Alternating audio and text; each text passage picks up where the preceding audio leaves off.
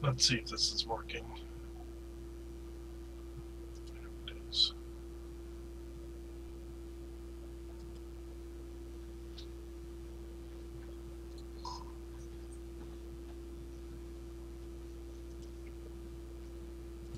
Okay, it is. Cool.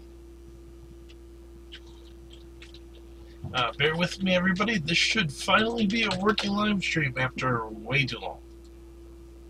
Just finishing setting up, sharing links, etc., etc., etc.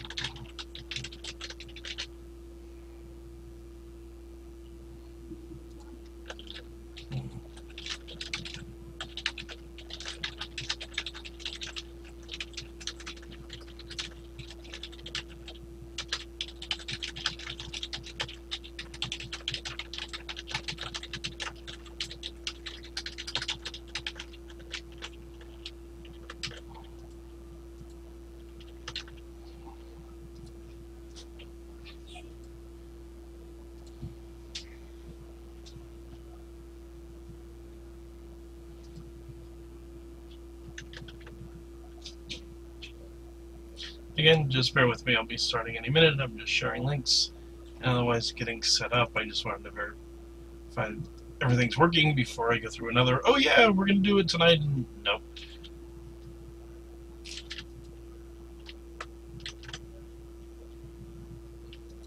Three.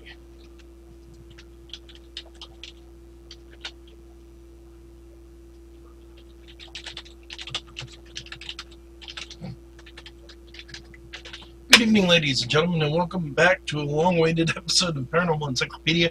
I've been trying to do this bloody episode since last week, but now I think everything is finally working in my favor, and we're gonna... Oh, you've got to be kidding me. Going as long as it holds out. First, a couple announcements. First, we're going back. The show is back on the road. We're doing episodes. Should be weekly once again, trying to get some more content out there as well. Extra bonus, it looks like I'm bringing in a good friend of mine who's going to help me out with at least some shows. I don't know if he's going to be a co-host all the time or just occasional guest host. That'll be up to him and his own schedule. He's pretty busy. I believe the first time he'll be helping me out is next week. We haven't firmed out the dates and topics and everything, so we're gonna figure that out, and then I'll put announcements on the Facebook group. So if you're not following us on Facebook and on Paranormal Encyclopedia, the one hint I will give everybody for who I'm talking to have step in, since Drew's still busy with school and other grown-up type things, is it's someone who's actually been a guest on the show before. Definitely a favorite guest of mine. It should be kind of cool. I happen to really like him. I think he has some interesting things to say. I think it would be pretty cool to have him on, hopefully a little more regularly than in the past. All that said, so I wanted to do something that I hope will kind of ruffle some feathers tonight, since I'm finally coming back to the show after so long, and hopefully, so as you can tell from the description, the title of this episode, and this is our 75th episode. I can't believe we've gotten this far. It's absolutely awesome. Oh, please, please, please, please. But it's why Christians are wrong. I'll admit this is kind of clickbait. I'm not even going to try and pretend otherwise. But my main point, what I want to talk about tonight, is things Christianity, or I should say, things certain Christians get all worked up about that is against what the Bible says, or is also in some other cases is going to be just things that are against our own best interests. I'm going to start out by most of what I'm going to be talking about. I had mentioned this last week on my Facebook, and a friend of mine pointed out, yeah, most of these people, he and most other Christians would not consider fake Christians. And by that I mean people like Westboro Baptist Church, and the Ku Klux Klan and other people who do horrible things and say it's in the name of God. But there are some mistakes here, I think, as well, other Christians make, and that need to be discussed. And we need to talk about what Jesus said about them and why these are not doing benefit for the cause of Christ in the world, in my opinion. I'm not going to get into morality. I'm not going to start trying to say, well, yeah, but yeah, are these things sinful? Are these things not sinful? Because if you want to talk about abortion, if you want to talk about homosexuality, even if you consider these things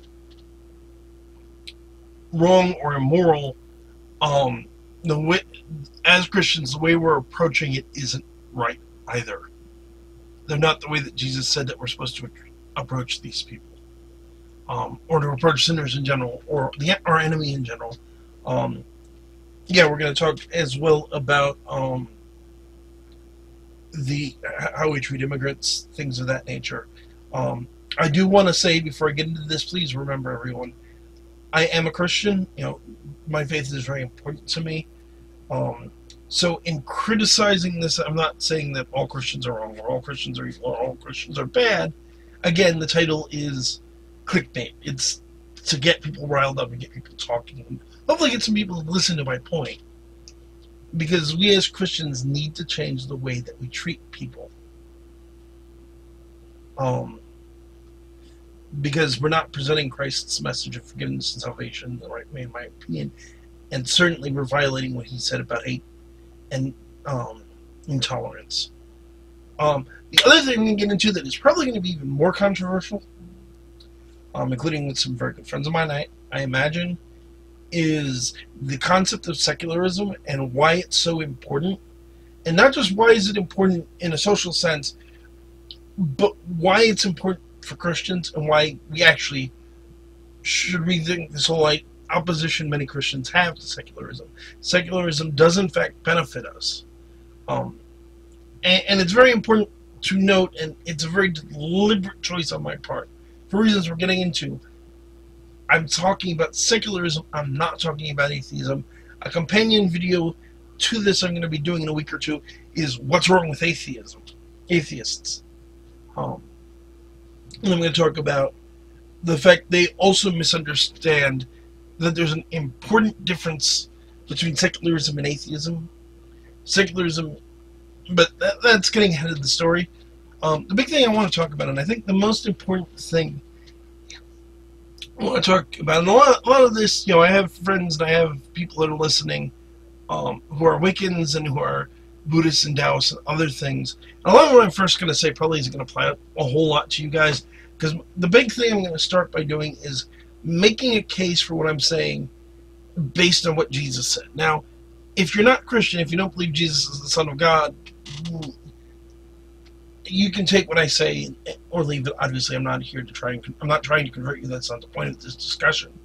Although I think there's some worthwhile ethical philosophy in what I'm going to talk about, whether you're Christian or not. But particularly, I'm trying to address Christians and particularly the big groups of Christians like Westboro Baptist Church who really, really violate a lot of these points. But again, it may not necessarily relate for a lot of non-Christians. If it doesn't, that's okay. Hopefully you guys will find what I have to say interesting, and at any rate, when I get in a little later into the importance of secularism, there's a value there for any religion or for atheists, I think. But the big point I want to make here is that a lot of groups that claim to be Christian approach people, homosexuals and transgender and non-Christians, in a very antagonistic and hateful position, and that doesn't work. That not only does that not work, it violates what the Bible says. And let me quote some verses that make my point. Proverbs 10:12, hatred stirs up conflict, but love covers over all wrongs. Proverbs 10:18, whoever conceals hatred with lying lips and spreads slanders is a fool. Testament means.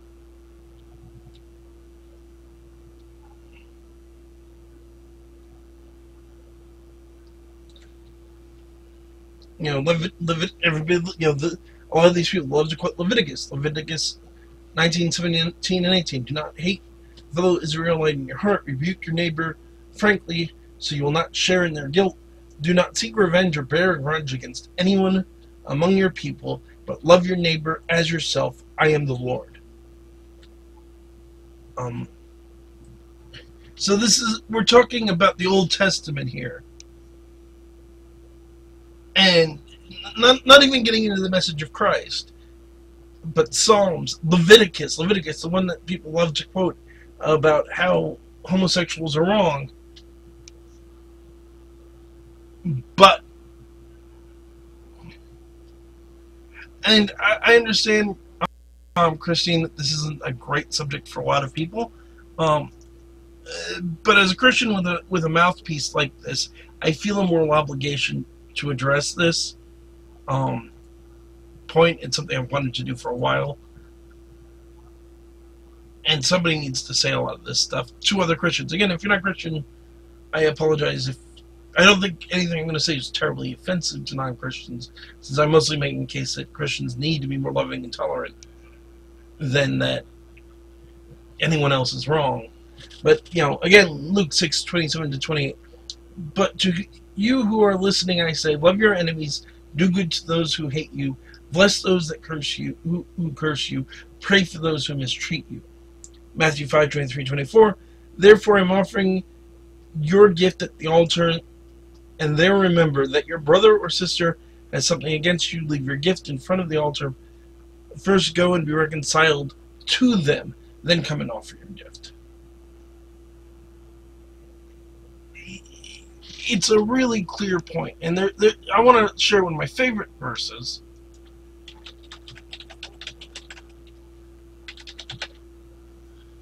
Which is 1 John 3:15, which says, whosoever hateth his brother is a murderer, and ye know that no murderer hath eternal life abiding in him.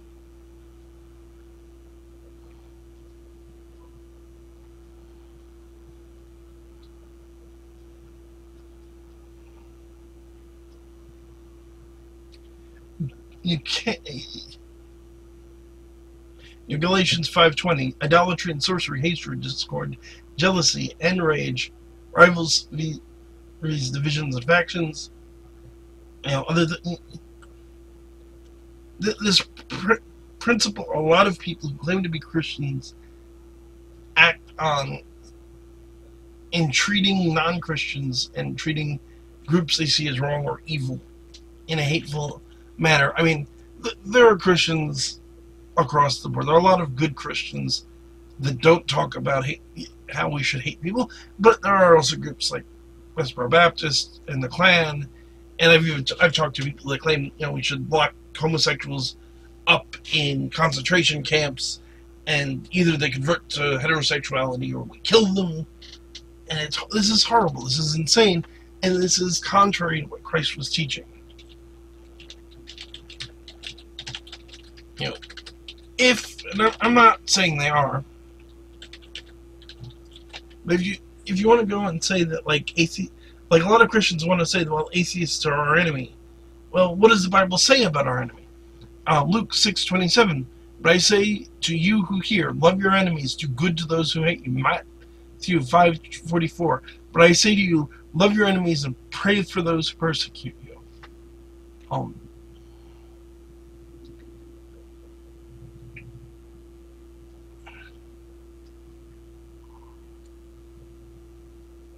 We're not called, Christians are not called to be hateful to people that oppose them. Matthew 45:43-48. You have heard it said, you shall love your neighbor and hate your enemy. But I say to you, love your enemies and pray for those who persecute you, so that you may be sons of your Father who is in heaven. For he makes his sun rise on the evil and on the good, and he sends the rain on the just and on the unjust. If you love those who love you, what reward do you have? Do not even tax collectors do the same? And if you greet only your brothers, what more are you doing than others? Do not even the Gentiles do the same?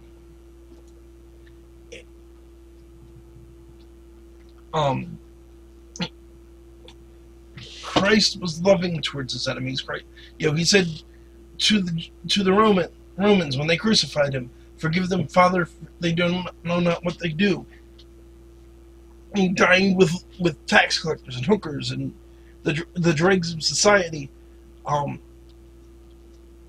Prostitution is generally not something the Bible encourages.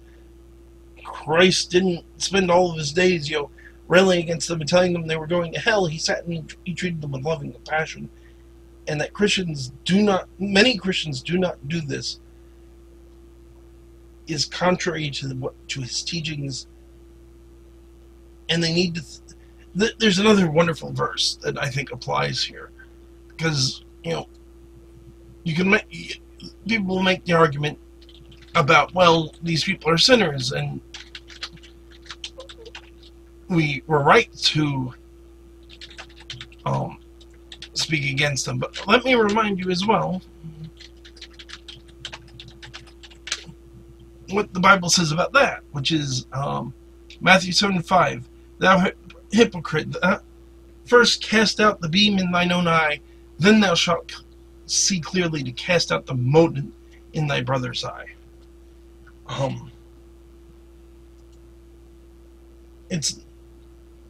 I wouldn't agree at all. Steve W says that hardly any Christians do. I wouldn't agree at all. I think a lot of Christians do this, and we're not perfect about it. But to say hardly any of us do it isn't accurate either. The Christians that get the most publicity are the assholes and the groups like Westboro Baptist and the Klan and other things, which is the nature of media, which isn't necessarily to say left-wing bias, although there is a left-wing bias in a lot of media. More, it's the fact that the media's primary concern is making money, and as a rule, sensationalism sells. You won't see Fox or CNN or any other major news outlet talking so much about Christians who, in a wonderful example a few years back, they ringed Islamic mosque to protect it during rioting. And for that matter, there was a similar situation when the Muslims did the same thing for a Christian church. But they'd rather talk about the people blowing up buildings and picketing funerals and things like that, which isn't to say that it's persecution of Christianity specifically. It's just the hard reality of media is the media isn't interested in the nice stories. They're interested in sensationalism. They're interested in the seedy stuff. They're interested in the preacher. They're more interested in the preachers that abuse children than they are in the ones that are out there running soup kitchens and handing out food to people on the streets. Because, and again, it's even more than saying that's a condemnation of the media, it's a condemnation of our society. Because in general, our society would rather talk about the people doing horrible things than the people that are doing something decent. And that's true of Islam, that's true of Christianity, that's true of atheists to some extent, I think, as well. It's an issue of how these, of perception more than an issue of reality. But there are certainly Christians that are doing things wrong. I want to comment on another thing here.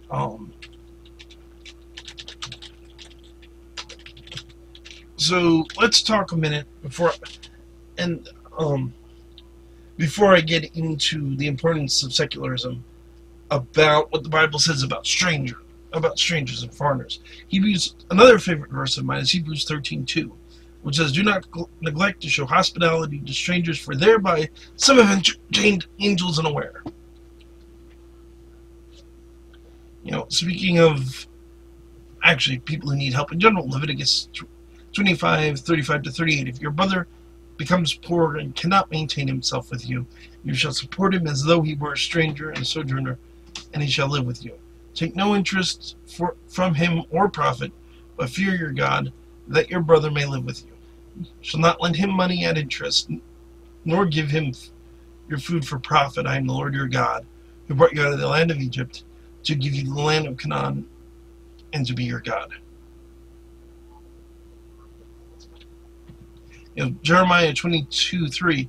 Thus saith the Lord, do justice and righteousness, deliver from the hand of the oppressor him who has been robbed, and do no wrong or violence to the resident alien, the fatherless, and the widow, nor shed innocent blood in this place. Matthew 25:35, yet another favorite, talking about judgment. For I was hungry, and you gave me food. I was thirsty, and you gave me drink. I was a stranger, and you welcomed me.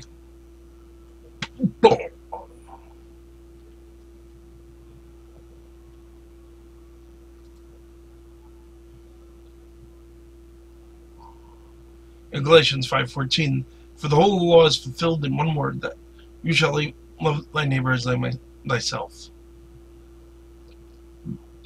Galatians 3:28, there is neither Jew nor Greek, there is neither slave nor free, there is no male and female, for you are all one in Christ Jesus. This one too says a lot about racism, I think, and for that matter, gender equality.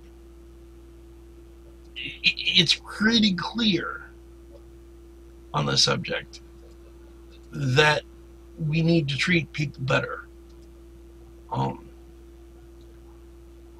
And we could keep going. There's people, and part of what inspired this particular video, honestly, is watching atheists criticize Christianity in various other YouTube videos, and I think there's a legitimate point that they're making to an extent, but we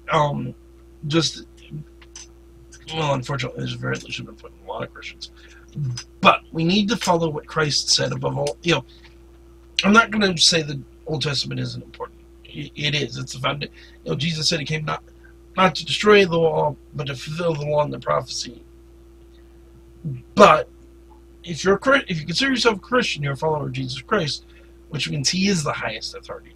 And if he's saying love thy neighbor as thyself, and he's saying that Jew and Gentile doesn't matter anymore, that's what you need to listen to.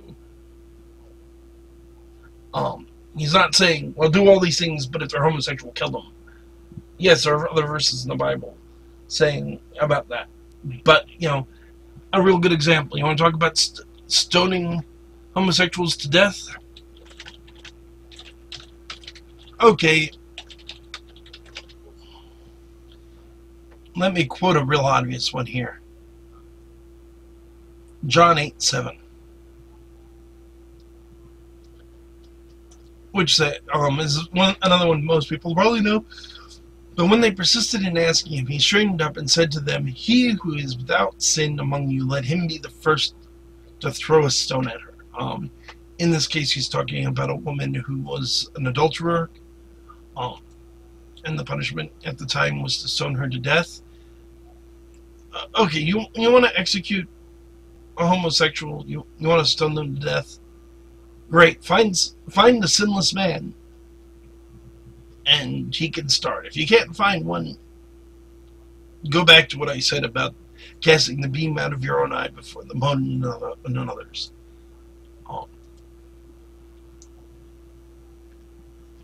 And that really is a central part of my point here, is love, compassion, and tolerance is what we're supposed to be doing. It's not, too often, it's not what we're actually doing.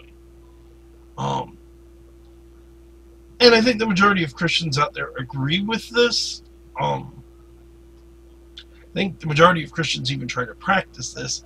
There are a fair number of people that don't, that it's easier to talk the talk than walk the walk. I have difficulty with this as well. I think everyone does. But there's a documentary I highly recommend people out there watch. And I think it makes a really good case for the principles I'm talking about. It's called Accidental Courtesy. It's about, one sec, let me get the information so I can give you who it's about and all that.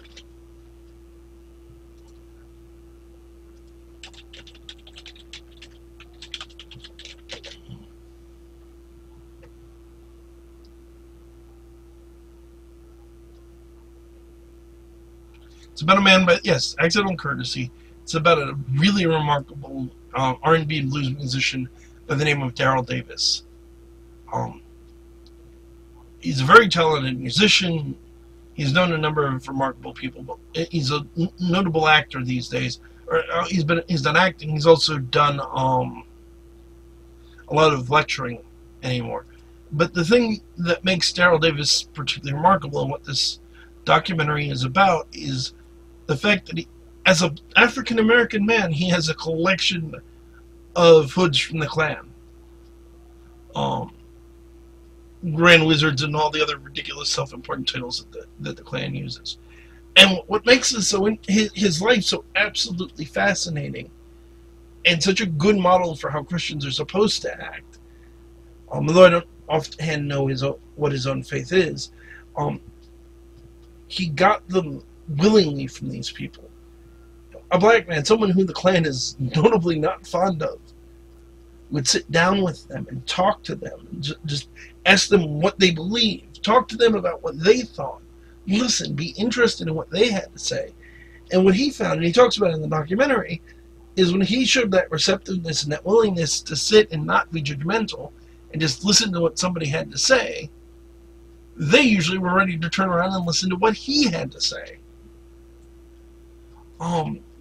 And it's not universally true. You'll find some people that don't want to hear it, even after you give them the floor without arguing, without questioning. But the reality is, the majority of the time, in my own experience, and I think most people's experience, if you show a genuine interest in other people's opinions and viewpoints, they're more interested in hearing your own. If you want to preach the gospel, and I'm certainly not, the whole point of this is not saying not to preach the gospel.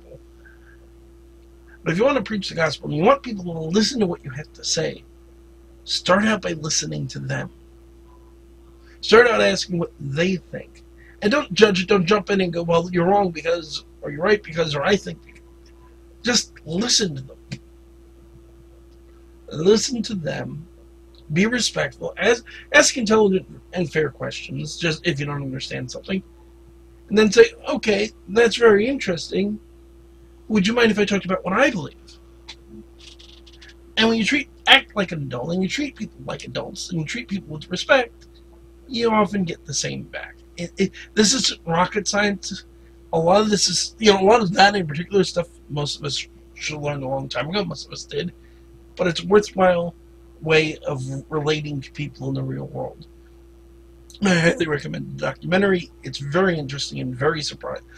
And this guy's story is absolutely amazing. I mean, members of the Klan, high-ranking members, just voluntarily giving up their membership and turning over their hoods to this older black musician. Because he made a point, and other people, there are other historical figures that made the point, that love is more powerful than hatred. And tolerance and acceptance and being able to listen. This doesn't mean you don't have to necessarily accept what somebody else is doing as okay or moral. Or to have a calm, rational discussion with them about what you think. I would certainly say, even if you're talking about someone who's violently dangerous, if you can have a calm discussion with them, you can make a difference. People in prisons do make conversions. There are people who have committed violent crimes that have found remorse and found a belief in a higher power. And condemning them isn't the way to get there. But I want to talk. It's going to be a relatively short episode, I think, tonight. But next week, once I get my surprise new guest host in, I think it'll be much longer and more interesting for people who aren't necessarily Christian or interested in why I want to rag on Christians. But I want to talk about an idea I think people find Christians in particular, and people in general may find a little more strange, which is the value of secularism. Now, let's be clear about definitions. Atheism is a rejection of the existence of God. If you ask atheists, it's a lack of belief. I dispute this because the actual proper definition is the lack of belief in God, or belief that God does not exist. A lack of opinion one way or the other is more properly agnosticism. agnostics are not atheists. Conflating the two terms. What bugs me is there's atheist videos that will conflate the two terms and then complain that Christians are redefining what they've just redefined. It's like, no, you can't change all the definitions and then complain when people go and dare use the original definition. At any rate, atheism is not the same thing as secularism. Secularism is a really important concept and is the basis of the U.S. It's the basis of the U.S. Constitution. And Steve, I am also theistic evolution. I'm going to get to that in this part. But the idea of secularism isn't religion. It's separation of church and state. It's keep the government out of religion and keep religion out of the government. This is a really important and really good concept. And a lot of people are like, well, America is a Christian nation. It depends on how you want to define the Christian nation. If you want to define Christian nation as the majority of Americans are Christian, then yes, we're a Christian nation. Historically, we've been a Christian nation. The majority of Americans today and historically have been Christian, specifically some variety of Protestant. The majority of U.S. presidents, with the exception of Thomas Jefferson, who was a deist, although he considered himself a Christian deist and found value in Christ's teachings as a moral philosopher, not necessarily as God. Lincoln, who's a little bit on the fence, and of course John F. Kennedy, who was a Roman Catholic, Catholic, which is the only president who was Catholic, and that was really significant.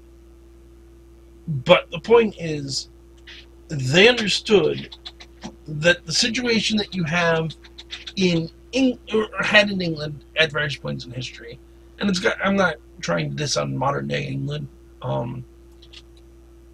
where there was a state-sanctioned religion, where the government said, the official religion of England is the Church of England, had led to religious persecution. Today it leads to religious persecution. And there are Christians who think, well, we can do it better. Our brand of Christianity. And here's the inherent flaw I want you to consider before I start talking about evolution and the Big Bang and where they fit into the point of secularism. Which type of Christianity do you mean? Now, if I said let's make Christianity the state-sanctioned religion of the United States, there's a fair number of Christians that would agree with me. If I said let's make Roman Catholicism the state-sanctioned religion of the United States, a lot of the people who agreed with me would no longer agree with me, and a fair number of Roman Catholics wouldn't necessarily support that. Or if I said let's make Mormonism, Jehovah's Witnesses, Southern Baptists, Westboro Baptist Church. I picked Roman Catholicism for my first point for a very logical reason. The largest denomination of Christianity in the world is the Roman Catholic Church. By sheer numbers, if you had to pick a single denomination, Protestantism isn't one denomination. It's a huge mess of them that have differing viewpoints on important things. If the people that would be happy if I said let's make Southern Baptist the official religion are not going to be happy if we said let's make Mormonism the main religion. And if we're going to go by the sheer numbers of what's the biggest religion in 100, 200 years, with Islam being the fastest growing religion in the world, do you want it to be Islam? I don't want it to be, and I'm not saying I want it to be Islam. I don't want it to be Islam. I don't want it to be Christianity. I don't want it to be Taoism, Buddhism, Hindu, Shinto, any religion in the world. Nor do I want it to be atheist. And this is a point that atheists often miss. An atheistic government doesn't run that much better. If you don't believe me, please look up the history of the Soviet Union, Mao's China, especially the Soviet Union under Stalin, but in general, it's not got a great human rights record. Pol Pot, Vietnam, Korea. Look at the Cuba. Look at countries that are dominated and state-sanctioned atheism today and historically, it doesn't work better. I'm not saying theism, theocracy works better. It doesn't. It's the best approach that anyone's found, in my opinion, is secularism. It's a country that acknowledges religious freedom and liberty, like the United States does. You're entitled to practice your religion in the U.S. without the government getting involved, and that's a wonderful thing. But the government does not acknowledge or enshrine in law anything based on religious practice. Because again, whose religion are you going to pick and why? And what are you going to do about all the people that are going to be pissed off and feel they're being treated unfairly? And what are you going to do when the numbers change? Because they constantly do. Theocracies don't work. We have a long history of theocracies not working. Atheistic societies, atheistic governments don't work. We have a history of those not working. Acknowledging the two and acknowledging the right of people to believe what they choose to believe is what works, which is secularism. All of which gets back to a topic I wanted to talk about a long time, which is, we could call secularism in our school systems, or more specifically, proper scientific education, meaning teaching the Big Bang and evolution. I'm also going to talk about, if you really don't agree that evolution and the Big Bang are correct, I'm going to give you some advice about how to approach that differently than most Christians seem to. But as it stands, go on YouTube and look up. I don't agree with with most of what Professor Stick, for example, says about Christianity. But he actually makes a really good, if you can get past that, he makes a lot of really good cases for evolution and the science behind it. I encourage everyone watching this to go check out, if not his, go check out some videos about evolution and look into the evidence, look into why we consider evolution scientific fact. I'll give you a real simple example. There's a study that was done of, I want to say, E. coli. The E. coli bacteria, normally it did not get along real well with citrus. And it mutated and became resistant to it. And this is all well documented. And the thing is, we know, we have a pretty good understanding of its genetic structure. It wasn't as some creationists have claimed that, oh well, it was, a switch got turned on and existing genes were activated that weren't there before. No, this is a brand new mutation. It's new information added to the genetic code that allowed it to survive where it couldn't in the past. And the thing is about mechanisms of evolution is the idea that organisms mutate, and then the mutations that are most suited to survival survive, and those that do not die off. The idea that one organism evolves into a new, one species evolves into another species, which is called speciation, is an outgrowth of that idea, because the idea is you have a dinosaur, given a couple thousand generations, you have something still a dinosaur, but more bird-like, and then, keep going, more bird-like, more bird-like, more bird-like, more bird-like, more bird-like, more bird-like, until eventually you have a bird. There's this idea, I've even had creationists tell me, it's like, well, how can a dinosaur turn into a bird? They don't. It's a series of steps, not a giant boom, poof. And we do actually have evidence for this. There's a very interesting concept I found out relatively recently. They call it ring species, where one species will hit some sort of barrier in the local flora and fauna, and it will diverge, and you'll get to the point that when they meet on the other side of whatever caused the original split, despite the fact, genetically speaking, they're clearly descendants both descendants of the same original species, they can no longer interbreed true, which is one of the most basic definitions of a species. The point is, evolution wasn't set out. Darwin did not set out to disprove God, nor does the idea of evolution itself disprove God. It doesn't address the idea of God one way or the other. It's just an observation based on evidence. And we know that the basic concept that species mutate and adapt and evolve over time happens. We've seen it happen. You can argue about speciation, where one species becomes another, but that's not in question. We can also get into abiogenesis, which is totally other. And this is another thing I want to say. To folks that believe that intelligent design is accurate, let me give you some advice on how to approach this. If you want to get it recognized as science. For a start, you've got to realize there are three theories that most creationists or intelligent designers talk about when they talk about evolution. And they're not the same thing. There is the Big Bang, abiogenesis, and evolution. If you just so the Big Bang, everything was in a very condensed, tight singularity space, and then a rapid expansion. The theory is originally based on Edwin Hubble's observations. A Roman Catholic priest, a Jesuit, in fact, started applying Einstein's theory of relativity to those observations, and developed the theory we now know as the Big Bang.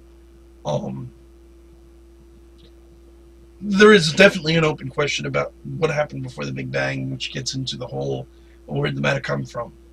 But the Big Bang and evolution are not the same theory. You can take Big Bang out of the equation. That doesn't. If you disprove Big Bang tomorrow, it doesn't disprove evolution. Is my point. Abiogenesis is the theory that the primordial soup, as it were, that various chemicals, right place, right time, right set of chemical reactions, and you got amino acids that eventually developed into early viruses and bacteria, which eventually becomes more, is what the rest of life evolves out of. This is also not part of evolution.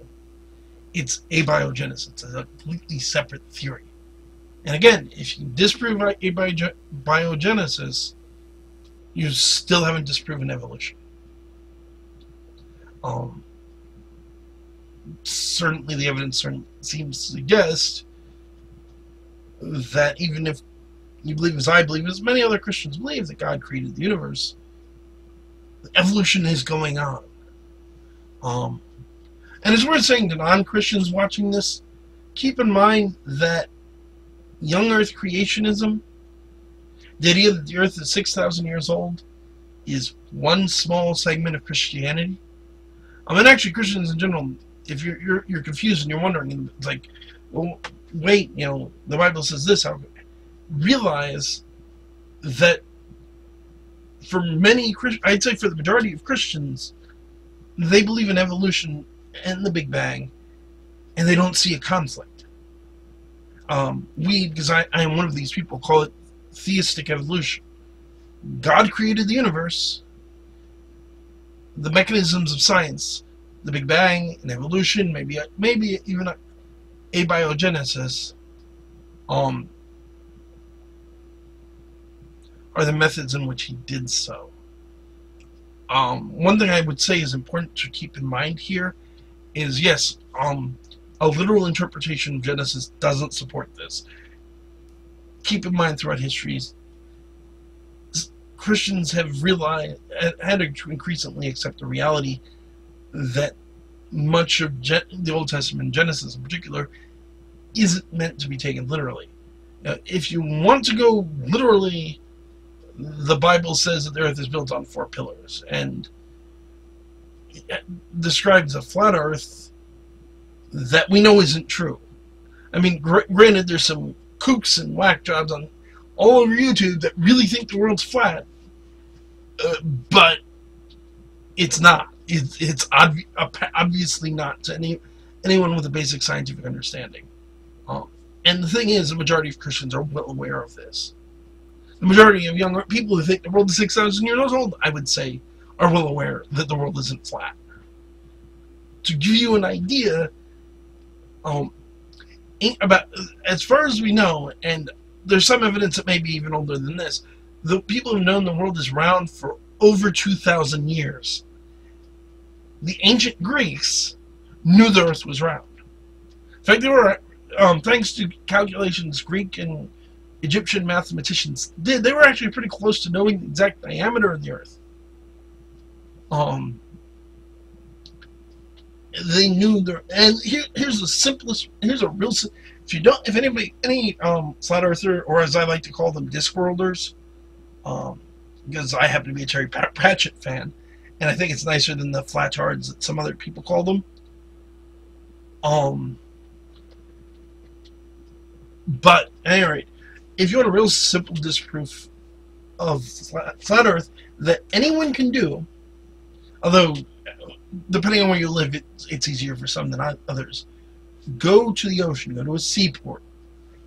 Really, you could probably go to any body with water that goes past the horizon.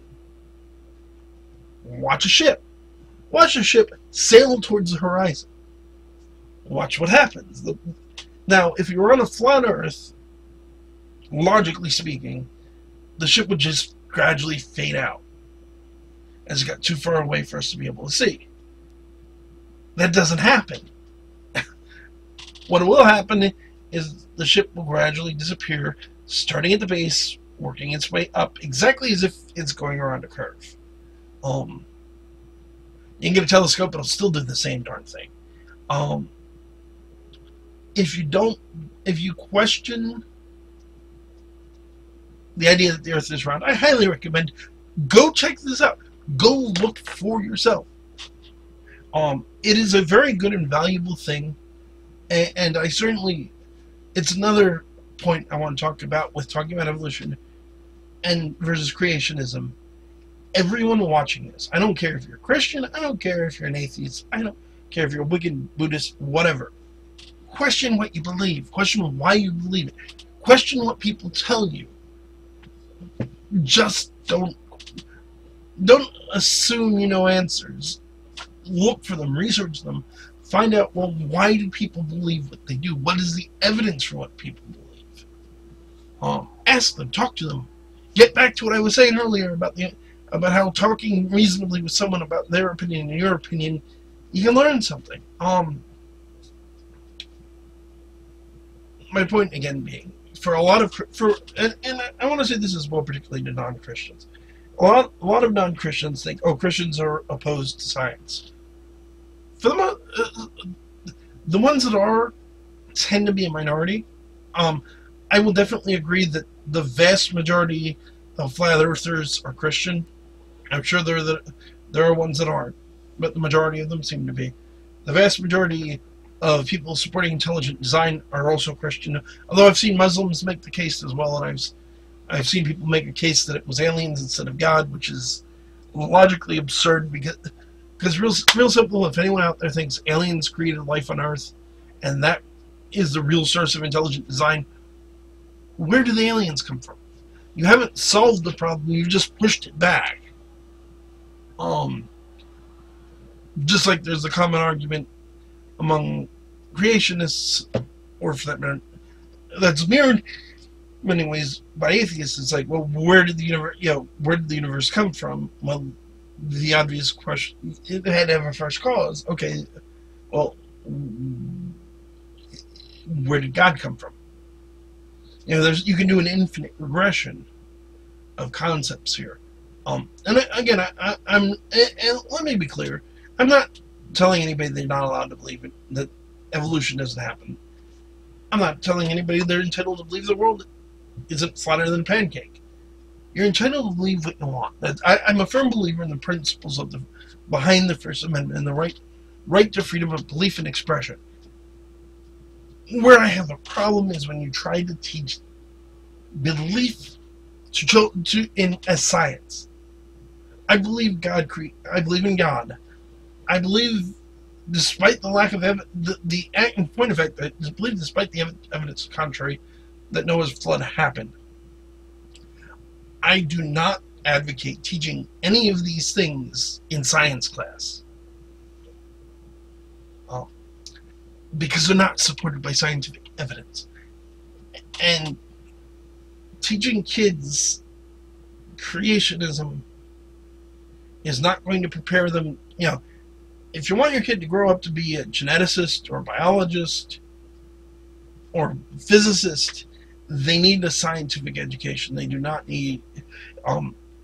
There is no modern, to my knowledge, there's no modern work in science being done in intelligent design. There are good Christians out. There are good scientists, excellent scientists that are Christians. I do not mean to imply that Christianity and science are mutually exclusive. Throughout history and today, there are excellent. Pope Francis I is a chemist. Georges Lemaitre, who first proposed the Big Bang, was a Catholic Jesuit priest. Gregor Mendel, who founded our concept of genetics, was a Catholic priest. Copernicus, who first proposed the heliocentric model of the world, studied to be a Catholic priest. Galileo was a devout Catholic. Newton was a devout Catholic. None of which proves, and for the atheists out there who are about to yell at me for this, I'm not saying any of that proves the validity of Christianity. It doesn't. On no objective level does it do so. That said, it does demonstrate you can be an excellent. Francis Collins is a great example.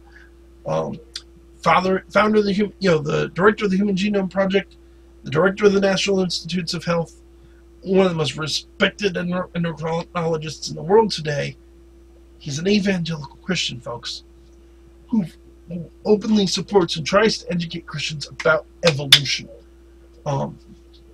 Science and religion are not mutually exclusive, but good science keeps asking questions, including things that are considered religious doctrine. Good religion keeps asking questions.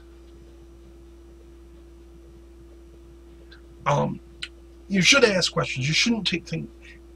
I would argue, even as a devout Christian, people shouldn't take anything on blind faith, including Christianity. Understand why you believe what you believe. Try to understand why other people believe what they believe as well. You'll be a better person for it. And when it comes to the education of our children, we need to educate them in science and what actually is demonstrable and what current scientific models are being based on. If someone out there can prove something different, please do. But to do that, you need to publish in peer-reviewed journals. That is a scientific standard of evidence. It's studies published in peer-reviewed journals and then repeated, and the repetitions that show the same results or at least similar enough results being published in more peer-reviewed journals. It is not somebody has a website and says this. I also want to say, folks, there's a certain major figure in the creationist movement who had a disastrous debate with Bill Nye, who spent several $1 million building an ark. I believe, as I said, as a matter of faith, I believe in the flood.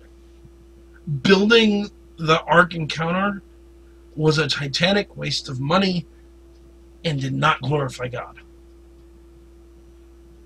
I would have much rather him taken that money and use it to feed people, to build homes for people, spend it on cancer research, spend it on any one of 1,000 things that actually benefit people. Because you know what? If tomorrow we prove beyond all doubt that creationism was the one true model and evolution was completely wrong, hypothetically, people are still going to be starving to death.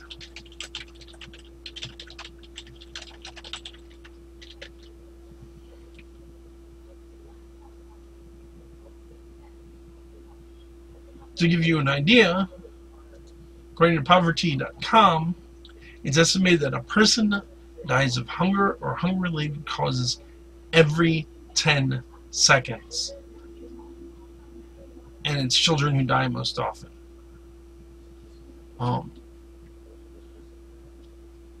That's a far better thing to put your money into, than building completely pointless structures that are not going to convince anybody. From what and it significantly, he was like, oh, it's going to make all this money for the community. You got tax breaks based on that. It didn't. That's not. I can't. Correct me if I'm wrong. Please, put it in chat. Put it in the comments below. But as far as I know, there's nowhere in the Bible that God said, build a replica of the ark to prove that it happened. He talks about feeding the sick. He calls on Christians to feed the sick. He calls on Christians to heal and to minister to people. He doesn't call on us to build replicas of things that the Bible said happened, because it doesn't increase God's ministry, and it doesn't decrease suffering. I, as a Christian, cannot imagine Christ building a replica of the ark that cost millions of dollars instead of giving food out to people who need it, or vaccinations out to people who need it. And the people, the person who did this, and all of the people, Ken Ham, let's just call a spade a spade, but Ken Ham and the financial supporters that helped him do this should be ashamed of themselves. What they did is, in my opinion, disgrace to Christianity. There are better things to do with your time and your money. But yeah, that would be the summation of the major flaws I personally see in Christianity. I probably hopefully take some people off, and that's okay. The thing about religion and philosophy, in my opinion, and actually the opinion of an old philosophy professor I had, is if you're going to talk about it, you need to get offended. People need to offend you sometimes. People need to tick you off. Because if I'm ticking you off, it means that I'm probably on some level I'm getting you. Because if you really didn't think I had a point, you wouldn't care.